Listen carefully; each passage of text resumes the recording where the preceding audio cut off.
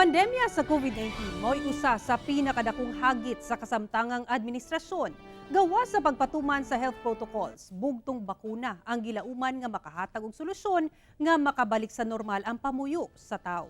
Ani ang special report ni Sheila Vergara Rubio.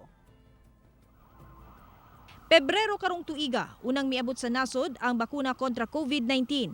Kini human sa halos usa ka tuig sukad natala ang unang kaso sa COVID sa Pilipinas.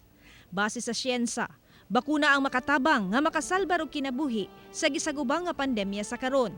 Gipahimutang gilayon ang Philippine National Deployment and Vaccination Plan for COVID-19 vaccines sa pagpanguna ni President Rodrigo Duterte, kaalay ng tanang government agencies, ilabi na local government unit sa pagdevelop o pag-implementar sa vaccination program. Gibahin-bahin sa priority group ang listahan sa mga babakunahan, sama sa frontliners, senior citizen, mga dunay comorbidities, essential workers ug uban pa. Tanang lugar gipanigurong adunay alokasyon sa bakuna. Ang pagbahin sa alokasyon sa bakuna magdepende sa ihap sa populasyon sa matag lugar.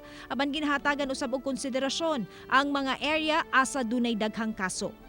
Sama sa Davao City o Davao Region, asa nakasinati og surge, busa padayon ang pag-abot-abot sa supply sa mga bakuna. As of July 22, 2021, ana sa 1,388,960 doses sa COVID vaccine ang nadawat sa Davao Region.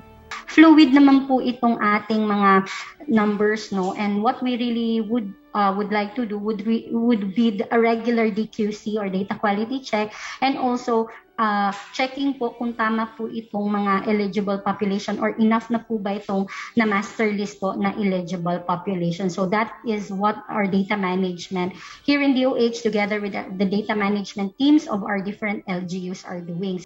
Sa kapin usa ka milyon nga na-distribute nga bakuna sa Rehiyon 11, usa ang Davao City sa nakadawat sa pinakadaghang supply tungod sa pinakataas nga kaso sa COVID-19 sa rehiyon. As of July 20, 2021, ana sa 314,968 ang total sa nabakunahan og first dose, samtang 126,541 ang nabakunahan og second dose, gikan A1 hangtod A5 priority group. Sa pagkakaron, bastante ang supply sa bakuna base sa ihap sa vaccine nga nagabot sa Davao, busa walay putol ang rollout sa bakuna. Sir, very lucky ta na receptive and kanang cooperative ang mga katawhan sa Davao because murag excited gid kaayo halos tanan na matagaan og vaccine. So I hope that we will be given more more allocation. Gikalipay sa kagamahanan nga nagkadaghan Davaoenyo ang nagka-interes nga magpabakuna.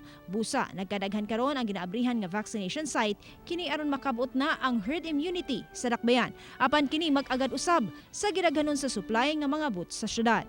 Busa sa katapusang State of the Nation address ni Pangulong Rodrigo Duterte, ginaumang maisgutan niini ang mas paspas nga vaccination rollout sa nagkadayang lugar sa nasod aron makabot ang target nga herd immunity. Ako si Sheila Vergara Rubio para sa One Mindanao.